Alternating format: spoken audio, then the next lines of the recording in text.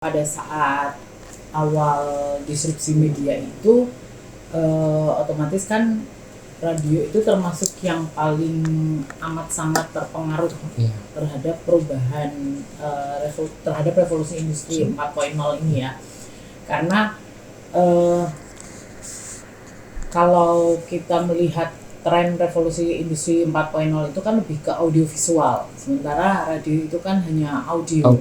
Sehingga ada banyak hal yang harus disesuaikan. Pertama dari sisi audionya saja.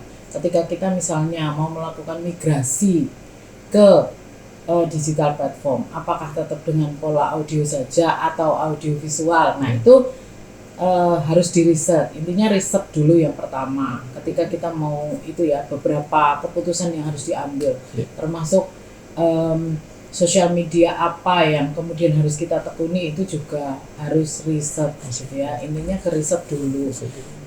Riset itu kaitannya dengan bagaimana pola digital platform itu sendiri, dan kita bisa mengikuti apa enggak nih gitu ya. Jadi di samping masalah tadi ya, kesesuaian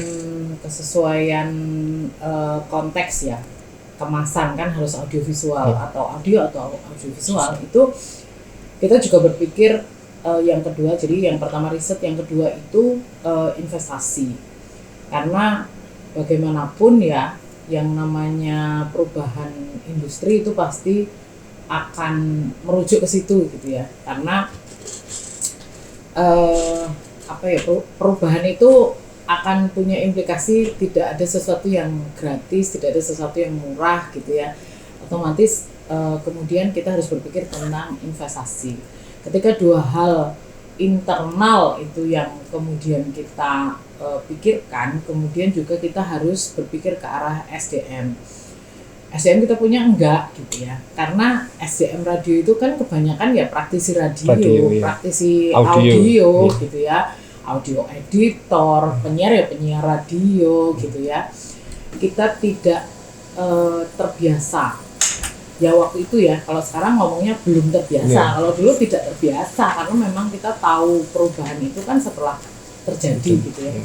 Jadi otomatis ya kita bukan orang-orang, paling kan kita itu pada saat akhirnya kemudian ada perubahan atau revolusi industri 4.0 itu kan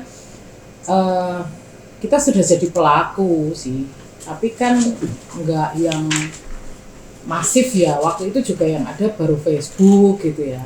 Kalau kemudian digital platform itu berkembang sangat pesat kan,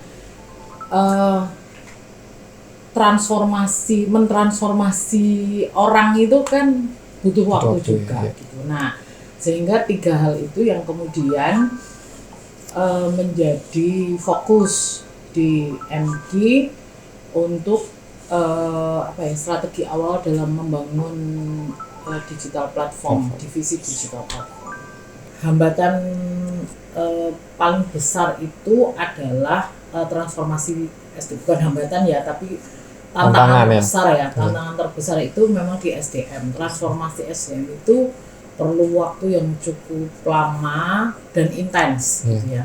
Sampai sekarang belum. Jadi kalau kita mungkin ketika transformasi SDM itu kan berhasil ketika misalnya kita semua sadar tentang peran sosial media itu terhadap MKFM gitu ya. Nah, ini belum terbentuk, itu kesadaran itu belum terbentuk. Jadi misalnya kesadaran itu kan misalnya si sosial bagian digital platform bikin konten atau apa, kemudian kita semua menyebarluaskan gitu ya.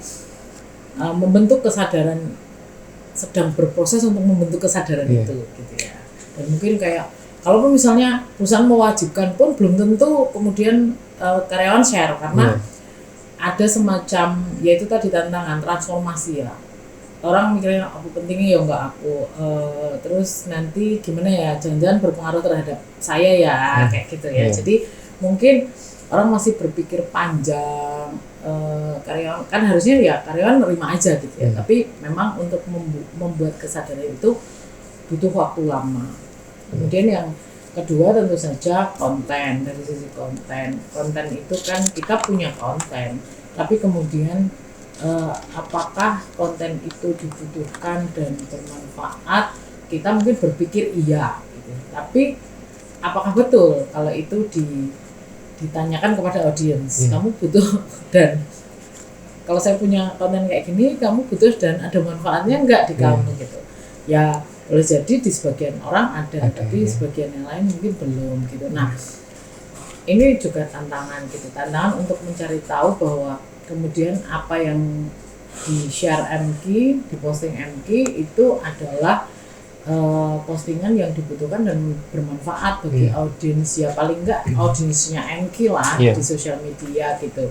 Nah itu berarti kan ada semacam riset kecil-kecilan, harus ada riset kecil-kecilan gitu ya, bahwa konten apa dan distribusinya di mana itu harus menjadi fokus untuk risetnya.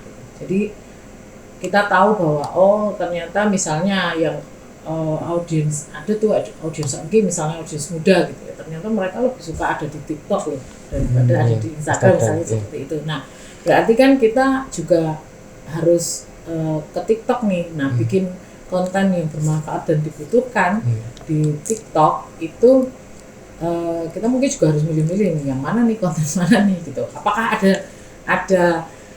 ada hubungannya dengan konten siaran MQ atau hanya konten yang sifatnya berhubungan dengan tadi visi misi dan corporate culture gitu ya, bukan yang dari konten gitu. Nah ini juga perlu riset lebih lanjut gitu.